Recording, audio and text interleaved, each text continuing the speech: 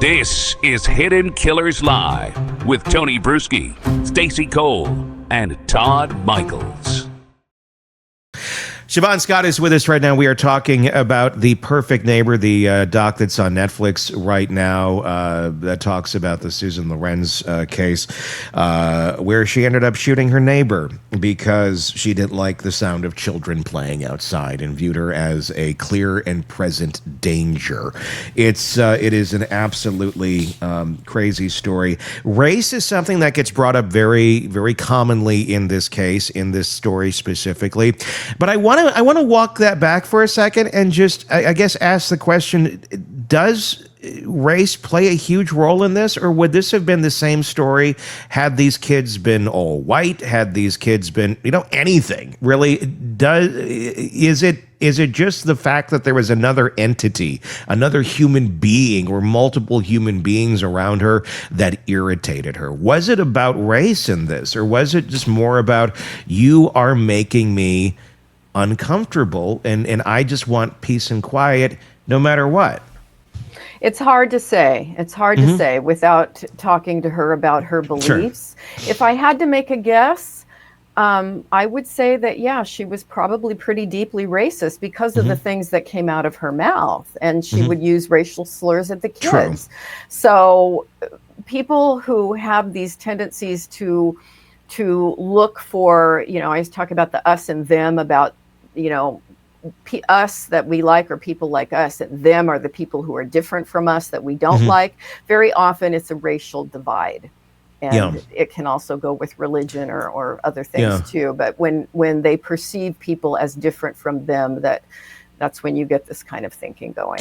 And that's what I wonder about this case is, obviously she went to low-hanging fruit and grabbed her very immature, childlike way of thinking of, I'm going to call names, and she grabbed a bunch of, racist type ways of describing these kids. I just wonder, had they been anything else, would she have just grabbed some other names and thrown them out there too? Just because when the narcissist, this type of person, gets pushed into the corner, it's like it's an animal that's being threatened, and they're just going to react at any low-hanging fruit that they possibly can to try and attack.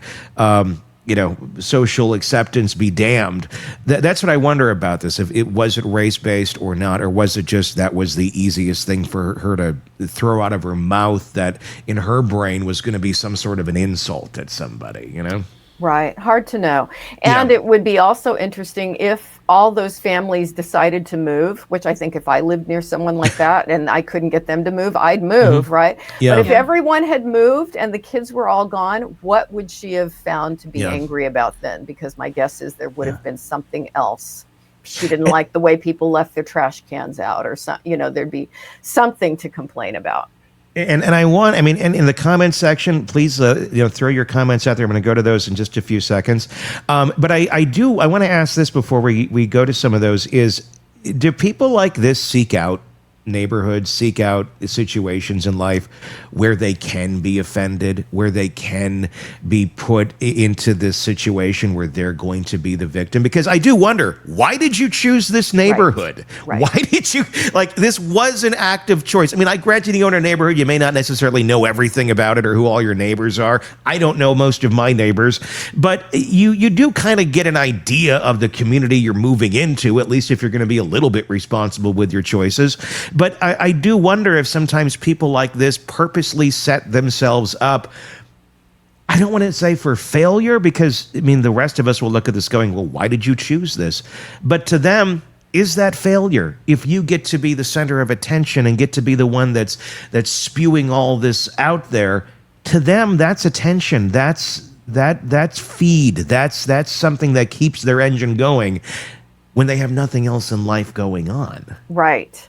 So do they put themselves in situations where they can have a battle, they have an enemy, they have something to focus on?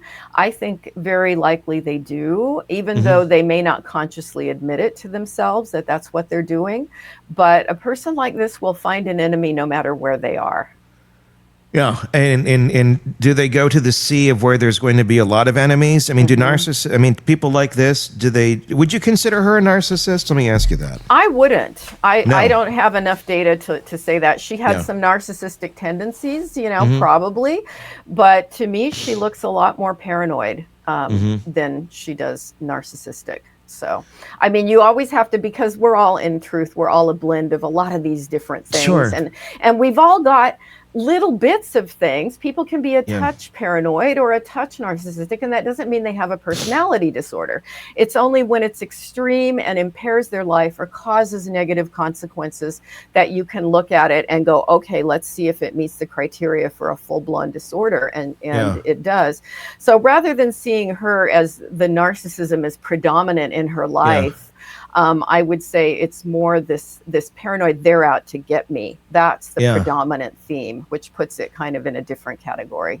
It's like paranoid with a purpose. Like I'm paranoid and I want to be paranoid. Like if I'm not she would be uncomfortable, I'm guessing, in my opinion, if she wasn't paranoid, because that's just that's normal. That's baseline. And if the paranoia is not there, well, what the hell's going on? Because that's her modality. Yeah, there has to be an enemy. There always has to be an enemy. And if there isn't one, they'll create one. They'll come up with something. And this is not a real common personality type, fortunately. 1% to 2% of the population has this. That's it? That's it. And again, that doesn't mean there aren't people who have a little bit of a paranoid thinking style, but they're not full blown into this kind of situation that we're talking about.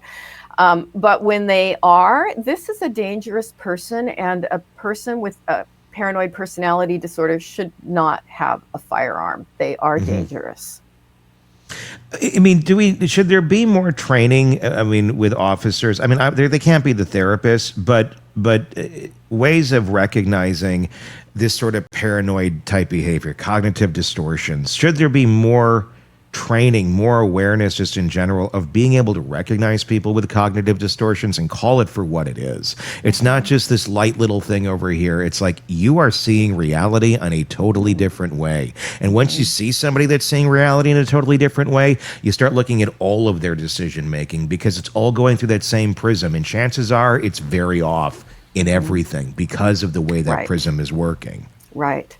I think more training for law enforcement in psychological topics and understanding these things is a really helpful thing. And that probably varies from department to department. And so I would like to think that they're getting some level of training in how to recognize it when somebody's paranoid or delusional or whatever. But I don't know. I don't know how much they get. Recognizing is one thing, but then knowing how to act on it is another. And then also working within the rules of law and what one can and can't do is a total other. It's barrier, hoop of fire, and a lot of things that would need to change in order to truly act and to be able to and again, I don't want to, because I know cops who are really burdened. It's a hard job. And so I would hate to put them in the seat of having to do a real mental health eval. But we certainly should be able to afford at least one mental health therapist per police department who can consult on, here's a lady who's called 12 times about a situation in her neighborhood. Let's talk about what is going on here and come up with an intervention plan where some kind of mediator can be sent out or something like that, because I think cops in the field could maybe flag something, but then you'd need somebody else to come in and do some follow-up and try to head off these kind of things. Shavaun, is there any... I'm sorry, Tony. No, go ahead. Is there anything that this neighborhood could have done to maybe look and have some meetings and go, all right, the lady's nuts. Here's what we need to do. And could they have done an intervention of their own? And instead of her being isolated in her paranoia, could they have maybe brought her out for, some snacks? Here's some Triscuits. Come watch our football game. Come see us. Come see that we are just having fun. Could that have changed the outcome in any way? That's a hard one. My thought watching it was if I was the mother across the street and my kids were playing and this crazy woman who everybody knew was weird was there and was so hostile, I would simply remove my kids. I mean, I'd probably try to move out of the neighborhood, but I would say, don't play in that field. I know you have permission to play in that field. It's not right. But I would note the red flag that this lady is kind of scary and these things are escalating. So I would remove the kids just out of safety. And so would it have made any difference? Who knows? But I would hate to put the burden on the families that, okay, this woman is crazy and taunting your kids and behaving erratically, and now you guys have to intervene in some way. I mean, would it have made a difference? Maybe. I don't know. I mean, my other thing, and Bob, Defense Diaries, had made a comment here too of he thought the officers were relatively effective in dealing with the kids. I thought they were too. They were great with the kids. And I guess the question is, did anyone realistically see this coming? I mean, I don't know that they did. I mean, it was at the end, at the very, very, like when she pulled the trigger, she was out there waving the gun allegedly at those very last moments. But leading up to that, she was a cantankerous old bitch. And that was kind of it. I mean, complaining, calling the police, but she wasn't like, out there cocking the shotgun on the porch every day. I don't know. I mean, you tell me, were the signs there that this woman is going to escalate to that level? It seemed to go from, 0 to 1,000 very quick. And when we're kind of averaging about 100 on a daily basis, it just like went, way out really fast. I don't know. I mean, if I were a police officer, from what we saw in that, I don't know that I'm going to think this woman's going to shoot somebody. I'm going to think I'm going to keep getting more calls and bitching from her. But were there the signs? Were the signs there that she was going to do this? Apparently not. I don't know if I can't remember if in the documentary if they said anybody was aware that she had a gun. Did she say that at some point? I don't know, but I mean, again, even if you knew she had a gun, I mean, at this day and age, I mean, I kind of assume most people probably have a weapon of some sort in their home. But even so, I don't know that I'm going to think that this woman's going to go shoot at somebody. She seemed off, but she didn't seem that type of off. I think. I mean, at least that would be my perception on it. I mean, the mother felt safe enough that I'm going to go knock on the door. I mean, why are you doing this? I don't think anybody thought that, didn't perceive her as that level of a threat. And that's what I'm wondering about. If nobody's perceiving this as that level of a threat, should they have? I don't know that anyone naturally would. I think we all have to, unfortunately, because there have been so many incidents of particularly Black kids or Black young people going up and knocking on the door of an elderly white person, and just because they're lost or they're looking for directions, and they get shot at the front door. And some of those cases have been in Florida. So I think, unfortunately, if I hope we're not living in a country where every single person is armed and ready to shoot through the door when their doorbell rings. But we almost have to have that caution in mind, because this is just one of those cases where I think that Susan Lorincz certainly had been thinking about it because of her internet searches and the things she was looking up about stand your ground laws. So I think you can really look at it that she had this intent for some time, and in essence, at least unconsciously, was setting this confrontation up. Yeah, I mean, in her mind, I'm guessing it was probably justified of, what do I do if I have to? If I'm in this situation, how is this going to work? I'm going to guess that's probably how her mind was talking to her. And then you're in that situation, and then she perceived this threat. I mean, I'm guessing she didn't necessarily think, this is going to be a great day to go shoot my neighbor, but would you agree that she genuinely thought there was a life and death threat at that moment in time. No matter, I mean, completely cognitively distorted because there wasn't, but in her brain, did she think there was an actual threat, or was this something else that was taking over? I think the fantasy of retribution and shooting someone, the fantasy had probably been going on in her head for a long time. And she probably in this fantasy visualized that she would come out as the hero victim in a way, that look what this poor woman had to do to defend herself. But she got a great deal of satisfaction, this is very twisted, out of the fantasy, out of thinking about it, which is why she set this drama up. So she really wasn't a victim here. She was the perpetrator. Yeah. Let's go. Stacy, what are we looking at in the comments right now? What are some of the questions that are being asked? Well, a lot of people have asked about the gun. One other thing that Bob Motta just put up from the Defense Diaries podcast, the question I have is, why didn't her attorney employ a mental defect defense? I think that's a really good question. Obviously, Shavaun, you coming from a psychological aspect of this, would that be a reasonable defense for her? I think it would be about the only thing you'd have. And again, not knowing her history, I don't know how much evidence you'd have for it. There could have been a lot of evidence that she had a history of erratic, hostile, bizarre behavior and try to make a mental health condition as a defense. But from what I know about, trying to get off with an insanity plea, you have to be really psychotic. And this kind of person is not psychotic. They're not believing things that can't possibly be true. Stories that they're telling themselves feasibly could be true. So it doesn't really meet the bar for an insanity defense most of the time. Wow. It feels like it, though. I mean, yeah.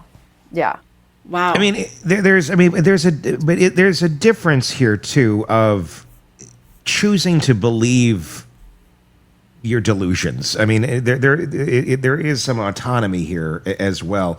I mean, there's a difference between where your mind, like, this is it, this is black and white, this is how it is. I truly think that there's, a demon at the door. Literally. I mean, if you're thinking the devil is outside your door and they're coming to get you, that's clearly you're nuts. There's something mentally wrong, and there's a difference between that and then it's my neighbor. I just threw a roller skate at a kid. Mom might be mad. That you're making a choice to dig yourself deeper into that hole of delusion, right. And that's. I think is that a good way of describing kind of the difference here in that way of thinking? Really good way to describe it. Yeah, a truly delusional person has no control over the fantasy life, and they can't tell what's real and what isn't real at all. Versus a personality disorder, they're looking through a filter and they're distorting reality, but it doesn't meet the standard of being delusional. What else we got out there? Shana, I'm sorry if I'm mispronouncing it, says she was abusing the police department.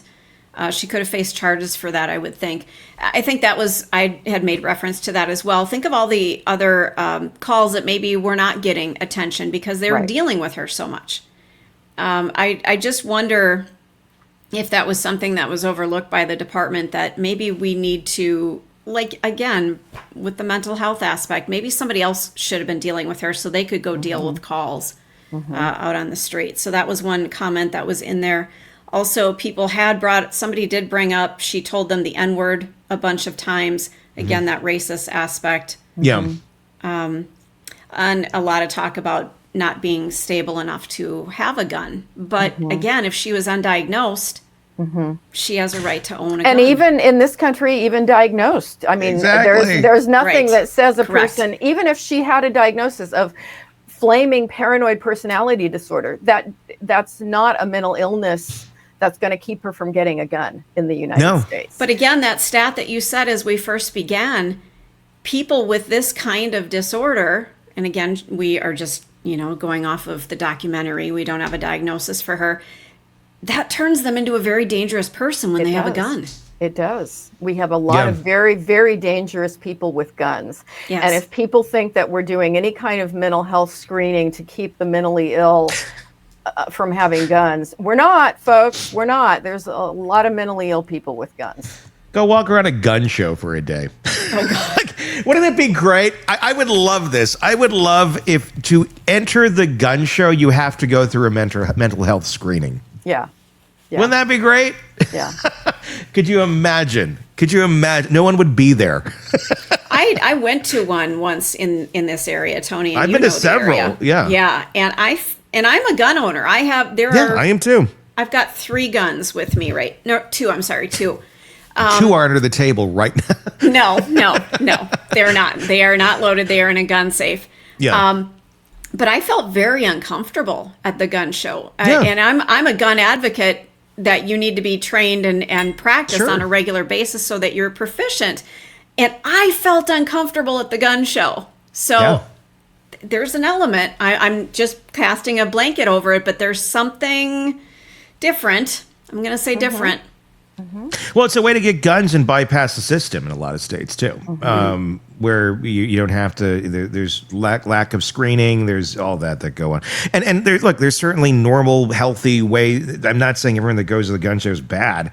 I've been to them myself. I am a gun owner too, but there is a sect of the folks there that shouldn't be having weaponry, and you know it right away. I mean, and they tend to be around the paranoid book clubs. I was gonna say the paranoid people and the people who are waiting for or advocating for race wars.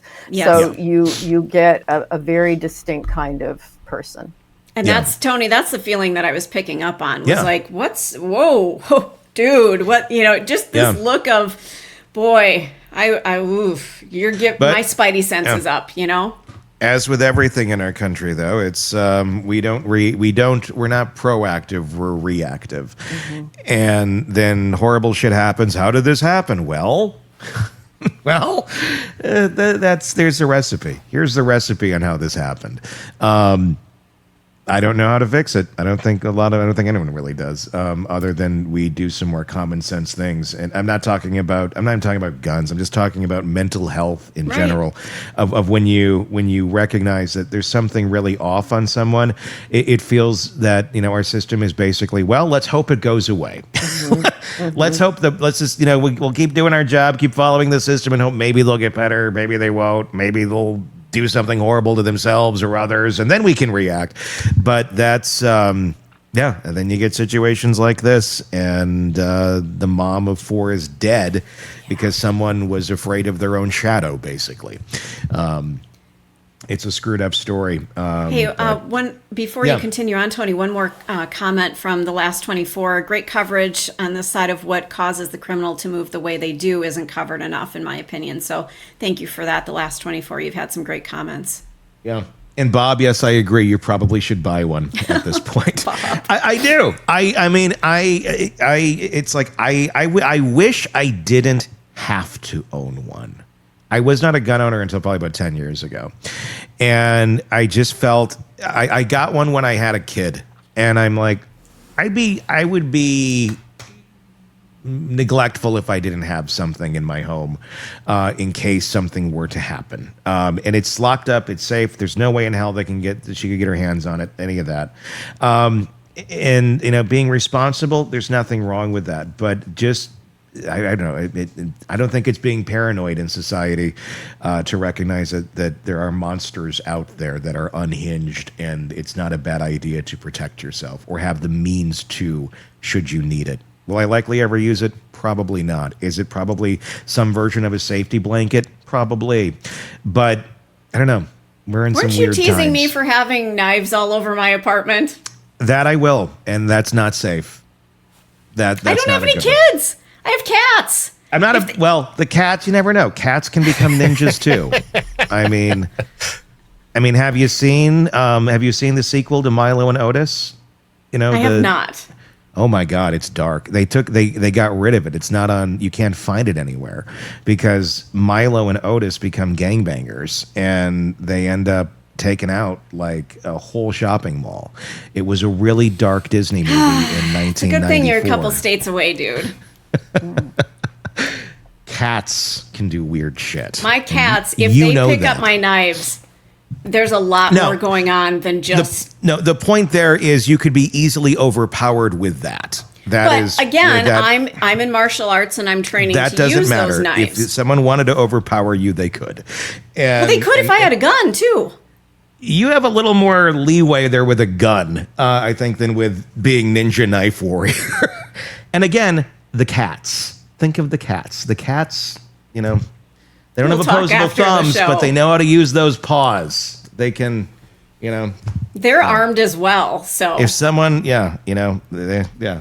All right, let's wrap it up there. Meow, as someone says. All right.